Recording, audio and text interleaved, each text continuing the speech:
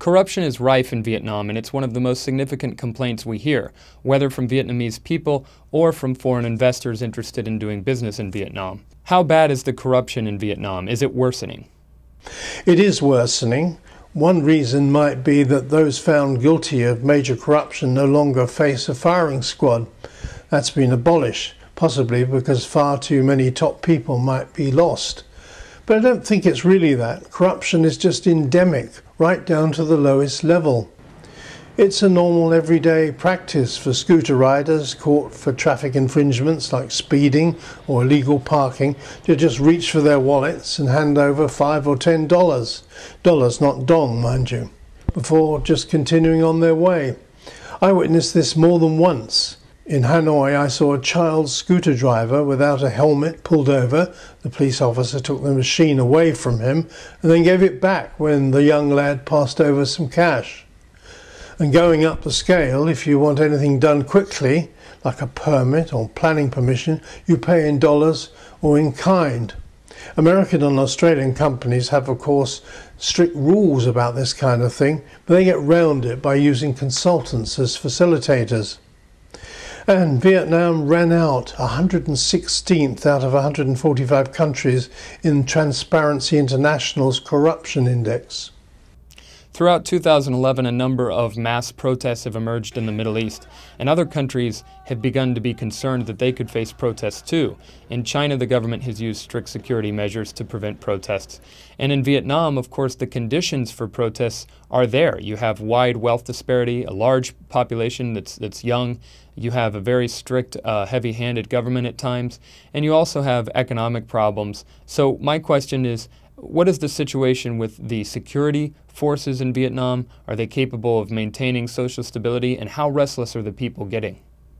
There's not much visual evidence, to be honest, or to be more precise, the people seem more aspirational than political. And as long as the government delivers the kind of market capitalism where everyone has a mobile phone and a scooter and some spare cash to spend on clothes, all I think is likely to be well. After all, Vietnam has been achieving the highest growth rates in Asia, apart from India and China.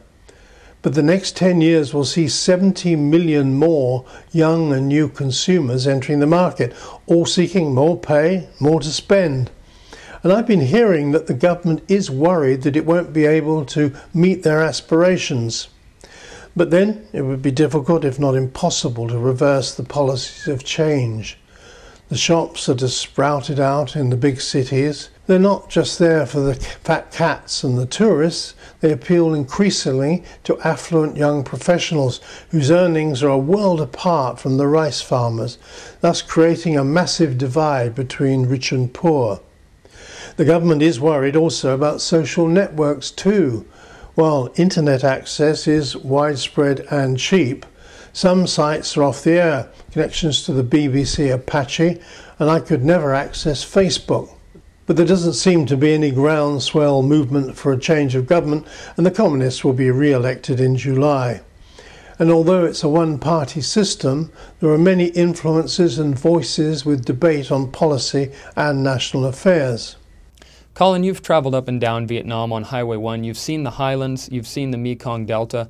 How would you say you were treated as a foreigner in the country? And how do you think Vietnamese perceptions of the Western world are changing?